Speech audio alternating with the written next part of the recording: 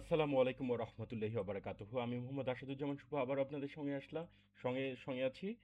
আহ, সুপ্রিয় সম্মানিত শিক্ষার্থী, বন্ধু, বান্ধব, ছোট ভাই, বড় ভাই, ছোট ভাইয়া, বড় ভাইয়া, আত্মীয়স্বজন এবং অন্যান্য যারা আছেন, যারা দেখতে পাচ্ছেন। আমরা এ পর্বে শিখব যে অ্যাপাসি সার্ভার, মাইস্কিউএল সার্ভার, ফাইল জিলা এগুলো রান করব। ঠিক আছে? রান করেছি আমরা, এগুলোর কাজ দেখব। প্রথমে আমরা অ্যাপাসিতে চলে যাই। অ্যাপাসির অ্যাডমিন প্যানেল কাজ করছে কিনা দেখতে পাচ্ছি আমরা যে অ্যাপাসির ওয়েব সার্ভারটি কাজ করছে এবং এটি হচ্ছে লোকাল হোস্টে হচ্ছে। কেননা এই কম্পিউটারটা ডোমেইন ওয়েবসাইট যেটা, এই ওয়েবসাইটের ডোমেইন বা আইপি অ্যাড্রেস যেটা, সেটি লোকাল হোস্ট হিসেবে শো করছে।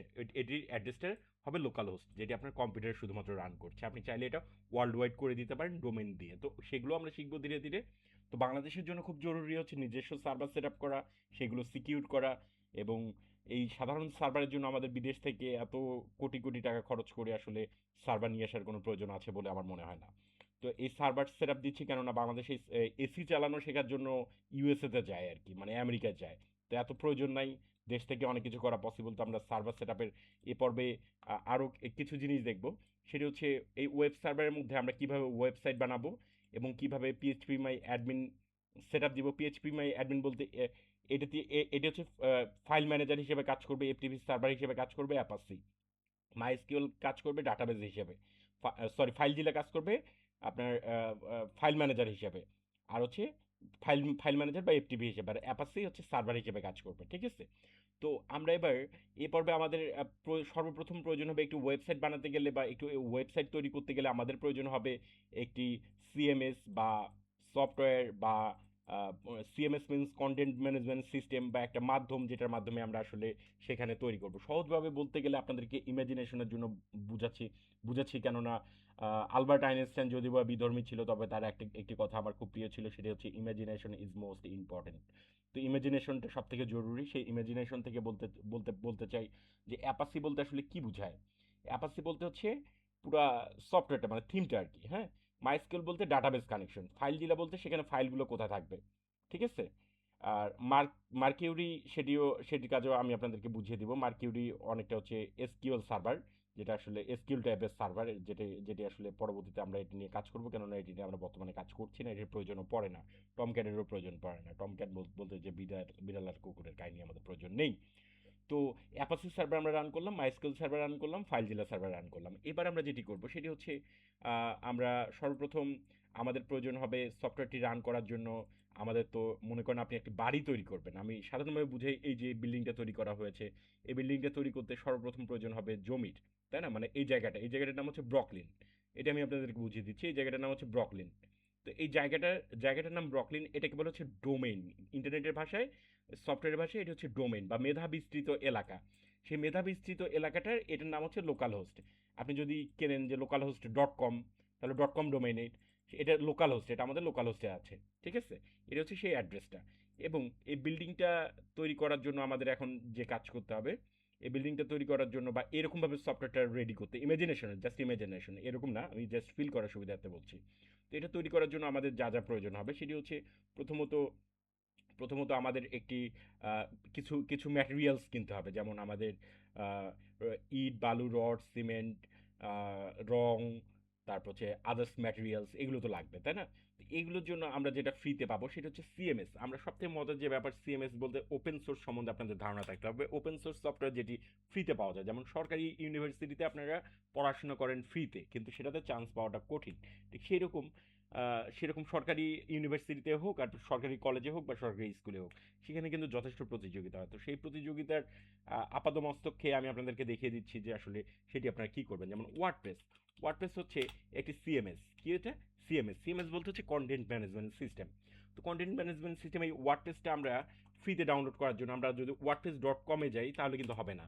ওয়ার্ডপ্রেস ডট কমে যেটি আছে এটি হচ্ছে ওদের পার্সোনাল বিজনেসের জন্য। আর আমরা ওপেন সোর্সে যেটা যাব, ওআরজি অর্গানাইজেশন। ঠিক আছে? ওয়ার্ডপ্রেস অর্গানাইজেশন, এটিতে আমরা চলে যাব। এটা হচ্ছে blog tool, publishing platform and CMS. এটি একসঙ্গে সবগুলো কাজ করবে। তো এটির জন্য আমাদের যেটি করতে হবে সেটা হচ্ছে এটি ডাউনলোড করতে হবে। ডাউনলোড করার জন্য আমাদের কি করতে হবে? ডাউনলোড আমাদের খুঁজে বের করতে হবে। তো ডাউনলোড খুঁজে বের করার জন্য আমরা খেয়াল করবো যে ডাউনলোড অপশনটি কোথায়। ডাউনলোডটি আমরা দেখা যাচ্ছে এই জায়গায়, যদি যদি না পাই তাহলে আমরা এই জায়গায় এটা করব, ডাউনলোড।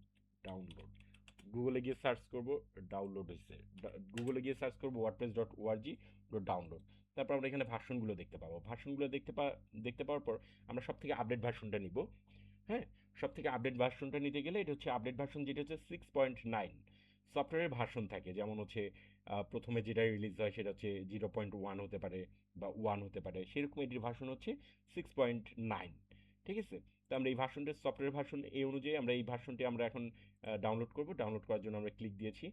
ক্লিক দেওয়ার সময় ডাউনলোড, আবার ডাউনলোড অপশনটি আসছে। এটি শুধুমাত্র 6.9 না, 6.9.4 এটি হচ্ছে ভার্সন। তো আমরা এটি সবথেকে লেটেস্ট ভার্সন, এই লেটেস্ট ভার্সনটি আমরা ডাউনলোড করব। ডাউনলোড করার জন্য এটি আমরা ডাউনলোডে দিয়েছি, এটি ডাউনলোড হচ্ছে। তো ডাউনলোড করা কমপ্লিট হলে তারপর আমরা দেখব যে এটি আমরা কিভাবে এটি নিয়ে কাজ করব। তবে তার পূর্বে আমাদের যেটা প্রয়োজন হবে সেটি হচ্ছে ডাটাবেস। ডাটাবেসটা আপনি কিভাবে রান করবেন সেটি হচ্ছে, ডাটাবেসটার কাজ হচ্ছে MySQL এর। ঠিক আছে? MySQL থেকে যদি অ্যাডমিনে চলে যান তাহলে 4040 দেখাচ্ছে, কিন্তু আপনার কিন্তু মনে আছে আমরা একটি পোর্ট তৈরি করেছিলাম। যেটা পোর্টের অ্যাড্রেসটা ছিল 8080। তো আমরা আসলে 8080টা, এই পোর্টটি না থাকার কারণে এটি কাজ করছে না। এই জন্য আমাদের যেটি করতে হবে সেখানে হচ্ছে এই জায়গায় পোর্টটি বসিয়ে দিতে হবে। পোর্টটি আমরা বসিয়ে দিলাম, দে- আহ, বসিয়ে দেওয়ার পর ইন্টার দিলাম। তাহলে কিন্তু আমাদের ব্যাস আমরা কিন্তু পিএইচপি মাই অ্যাডমিন পর্যন্ত চলে গেলাম। এখন আমাদের যেটি প্রয়োজন হবে সেটি হচ্ছে ডাটাবেস তৈরি করা। কেননা ডাটাবেস বলতে এই কম্পিউটারের সাথে সফটওয়্যারটার যে যোগসূত্র যেটা তৈরি হবে, যে ডিটেলস ইনফরমেশন থেকে ডাটা যেটা কালেক্ট করবে, যে সফটওয়্যারটা যে যে জায়গা থেকে রান করবে, যেটা প্রয়োজন হবে ডাটাবেসের জন্য, যেটা প্রয়োজন হবে সেটি হচ্ছে পিএসপি ডাটাবেসের জন্য যেটা প্রয়োজন হবে সেটা হচ্ছে ডাটাবেস। তো আমরা ডাটাবেসে চলে যাব। ডাটাবেসে চলে যাওয়ার পর আমরা এখন ক্রিয়েট করব ডাটাবেসের নাম আমরা দিতে পারি হ্যালো ওয়ার্ল্ড। Hello world. আসলে আপনারা যখন কোনো সফটওয়্যার তৈরি করবেন বা কোনো কিছু বানাতে যাবেন, সেটা সর্বপ্রথম যেটি লিখতে হয় সেটি হচ্ছে হ্যালো ওয়ার্ল্ড। এটা হচ্ছে ওয়ার্ল্ড ওয়াইড আর কি স্বীকৃত। সর্বপ্রথম যদি কোনো সফটওয়্যার তৈরি করতে যান তো সেক্ষেত্রে হ্যালো ওয়ার্ল্ড। তো যদি বা এগুলো আমি প্রচুর তৈরি করেছি, বাট নতুন শিক্ষার্থীদের জন্য আমি হ্যালো ওয়ার্ল্ডে লিখে দিলাম। তো চলুন এরপর আমরা ক্রিয়েট করব। ক্রিয়েট হয়ে গেল।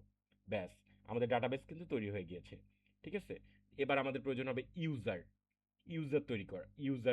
কানেক্ট করা। ঠিক আছে? ইউজার কানেক্ট করার জন্য আমাদের যেটি করতে হবে সেটি, আমরা এসকিউএল এ চলে যাব। এসকিউএল এ চলে যাওয়ার পরে এসকিউএল এ দেখবো এখানে কিছু নাই, তো ইউজার আমরা এখানে দেখতে পাচ্ছি না। ইউজারটা আমাদের খুঁজে বের করতে হবে। তো ইউজার আমরা আপাতত আহ, ইউ- হ্যাঁ, ইউজার পেয়েছি আমরা। প্রিভিলেজে গিয়ে ইউজার পাচ্ছি, অ্যাড ইউজার অ্যাকাউন্ট, এটিতে আমাদের ক্লিক করতে হবে। ক্লিক করার পর আমরা এখানে ইউজার অ্যাকাউন্টও আমরা দিব হ্যালো ওয়ার্ল্ড। Hello world. এরপর আমাদের প্রয়োজন হবে পাসওয়ার্ড। পাসওয়ার্ড যদি আমরা দিয়ে দেই, তো পাসওয়ার্ড দেওয়ার ক্ষেত্রে আমরা যেটি করব সেটি হচ্ছে, পাসওয়ার্ড দেওয়ার সুবিধার্থে এটি আমরা পাসওয়ার্ড দিলাম সাপোজ। ঠিক আছে? যেহেতু পাসওয়ার্ড শেয়ার করার জিনিস নয়, তাই আমি এটা কপি করে এটি এখানে বসিয়ে দিলাম। আমার ব্যক্তিগত পাসওয়ার্ড আমি আপনাদের সঙ্গে শেয়ার করতে চাই না, তবে ইউআরএল এর এই পাসওয়ার্ডটি আমি এখানে ইউজ করলাম। তারপর সরি, এটা হোস্ট নেমের জন্য। আই এম সরি, এটি এখানে হবে না, এক্সকিউজ মি। এবার পাসওয়ার্ডটি আমরা এখানে বসিয়ে দিলাম। তো পাসওয়ার্ড যেহেতু এটা হাইডভাবে কাজ করছে, তাই আমি আমার পাসওয়ার্ড বসিয়ে দিচ্ছি। এবার সরি না, পাসওয়ার্ড আমি উঠিয়ে দিচ্ছি, কেননা পাসওয়ার্ড আপনাদেরকে দেখাতে হবে আমার। ঠিক আছে? তো পাসওয়ার্ড হয়ে গেল। হয়ে যাওয়ার পর আমাদের যেটি করতে হবে সেটি হচ্ছে এগুলোতে টিক চিহ্ন দিতে হবে, এবং গ্লোবাল প্রিভিলেজ, এগুলো সব কিছু ক্রিয়েট করা যে পারমিশনটা আছে এটিতে আমাদের সবগুলোতে চেক করতে হবে, ওকে করতে হবে, চেকিং করতে হবে। চেকিং করার পর গো। ব্যাস, আমরা গোতে চলে গেলাম। এবং গোতে চলে যাওয়ার পর আমরা দেখা যাচ্ছে আমাদের ইউজারটি ক্রিয়েট হয়েছে। ইউজার অ্যাকাউন্টটি এটি চলে আসছে, দেখুন আমাদের হ্যালো ওয়ার্ল্ড ইউজারটি তৈরি হয়েছে। এবার ডাটাবেজের সাথে আমরা এটি কানেক্ট করব ওয়ার্ডপ্রেস বরাবর। তো এটি আমরা পরবর্তী পর্বে শিখবো। আমরা প্রথমত এটিতে আমরা কি শিখলাম, এটিতে আমরা শিখলাম যে ওয়ার্ডপ্রেস লোকাল হোস্টের মধ্যে, নিজস্ব সার্ভারের মধ্যে ওয়ার্ডপ্রেস কীভাবে ডাউনলোড করতে হবে, এবং ওয়ার্ডপ্রেসের জন্য সেটির সাথে যোগসূত্র তৈরি করার জন্য যে প্রয়োজনটা হবে সেটি হচ্ছে ডাটাবেসের, এবং সেই ডাটাবেসটা আমরা তৈরি করলাম। এর পরবর্তী পর্বে আমরা দেখার চেষ্টা করব যে ওয়ার্ডপ্রেসটা আমরা কীভাবে সেখানে রান করব, ওয়ার্ডপ্রেসটা আমরা সেখানে কীভাবে ইউজ করব, ওয়ার্ডপ্রেসটা সেখানে কানেক্ট করে আমরা কীভাবে ওয়ার্ডপ্রেসের মাধ্যমে ওয়েবসাইট তৈরি করব, সেটি আমরা দেখব। তো এই পর্যন্তই। আসসালামু আলাইকুম ওয়া রাহমাতুল্লাহি ওয়া বারাকাতুহু। এতক্ষণ আমি আপনাদের সঙ্গে ছিলাম মোহাম্মদ আসাদুজ্জামান শুভ।